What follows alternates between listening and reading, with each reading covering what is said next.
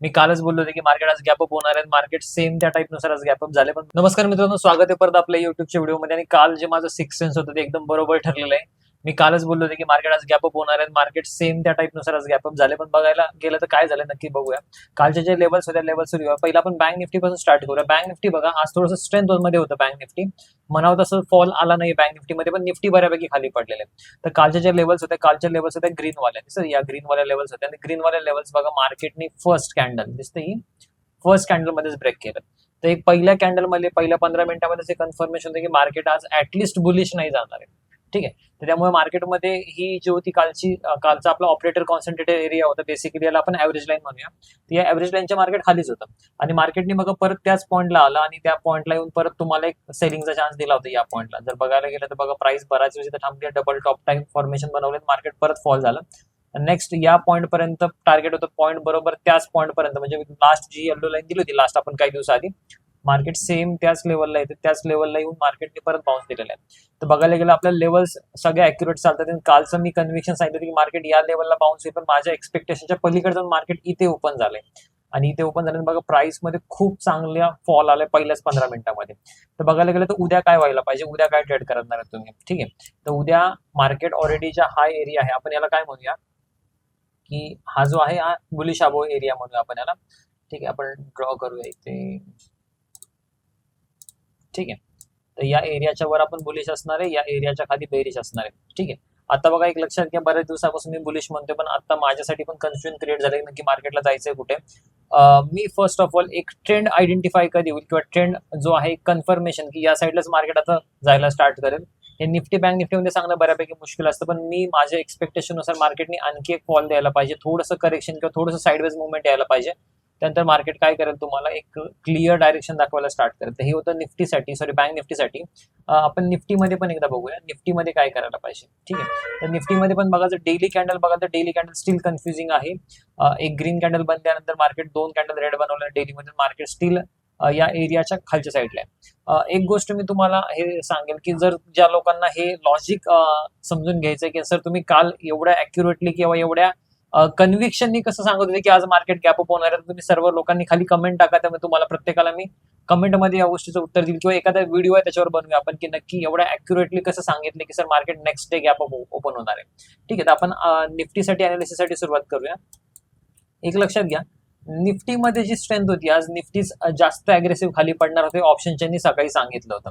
ठीक आहे. कारण ऑप्शन चेन मध्ये जो ओआय मधला डिफरन्स होता खूप जास्त ह्यूज होता.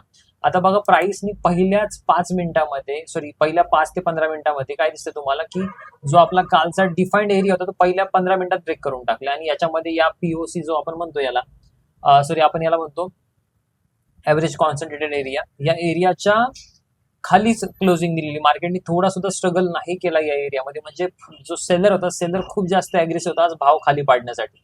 तर जनरली या केसेसमध्ये काय झालं की तुम्ही वन साइड सेलिंगसाठी जाऊ शकत होते. इन केस समजा तुम्हाला ऑप्शन बाईंग करायची आहे किंवा ऑप्शन सेलिंग करायची, तर या केसेसमध्ये ऑप्शन बाईंग किंवा ऑप्शन सेलिंग या दोन कंडिशन्समध्ये तुम्ही डिसाईड कसं करायला पाहिजे की जनरली ऑप्शनचे प्रीमियम बघून तुम्ही डिसाईड करायला पाहिजे की नक्की कॉलचा प्रीमियम जास्त वाढतोय का पुटचा प्रीमियम जास्त खाली पडतो. जर प्रीमियम एखादा वाढत नसेल पण ऑपोजिट साईडचा प्रीमियम खूप जोरात खाली पडत असेल, तुम्ही नक्की त्या कंडिशन्समध्ये सेलिंगला जायला पाहिजे.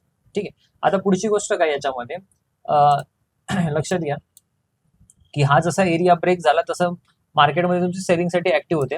आणि एक महत्वाची गोष्ट काय लक्षात घ्या की ऑप्शन चेन आज दिवसभर बेरिश होती. म्हणजे दिवसभर बेरिश इन द सेन्स काय की मार्केटने थोडा सुद्धा अटेम्प्ट केलं नाही परत रिबाउन्स करायचा, कारण डायव्हर्जन्स क्रिएट होतो ऑप्शन चेन्सच्या ओवायच्या लाईन्स मध्ये, पण ते पण डायव्हर्जन्स आज बघायला मिळत नव्हते.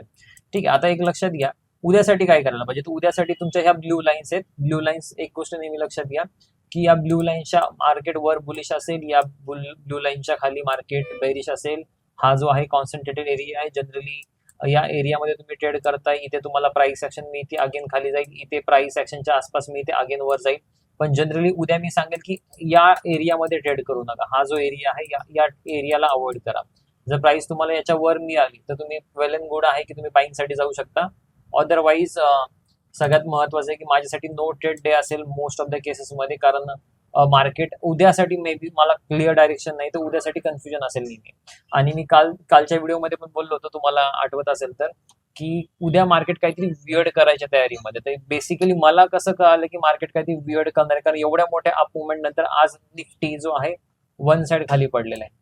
तर जनरली काय होतं, तुम्हाला असे ट्रिगर्स जे आहेत ते डेटामध्ये मिळतात, पीसीआर मध्ये मिळतात, विक्स मध्ये मिळतात. या सर्व गोष्टींचा अभ्यास करून मी सांगतो की जनरली वियर्ड काहीतरी होणार आहे. तर आपण बघूया या सर्व गोष्टी येणाऱ्या एखाद्या व्हिडिओमध्ये डिटेलमध्ये.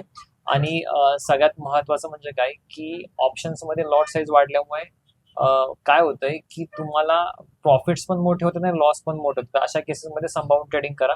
आणि सगळ्यात महत्वाचं म्हणजे काय की ऑप्शन चेन बघून ट्रेड करा. सर्व गोष्टी जर तुमच्यासाठी मॅच करत असेल तरच ट्रेड करा, अदरवाईज मी म्हणलं की ट्रेडिंग काही दिवस अवॉइड करा. जनरली जोपर्यंत मार्केट एका रेंजमध्ये जे आहे ना फॉर्मेशन बनवायला स्टार्ट करत नाहीये तोपर्यंत. ठीक आहे, आपण लवकरच त्या व्हिडिओ म्हणजे ते पण अपडेशन करूया की आता मार्केट फ्री झाले, मार्केटमध्ये वन साइड मुवमेंट करायला.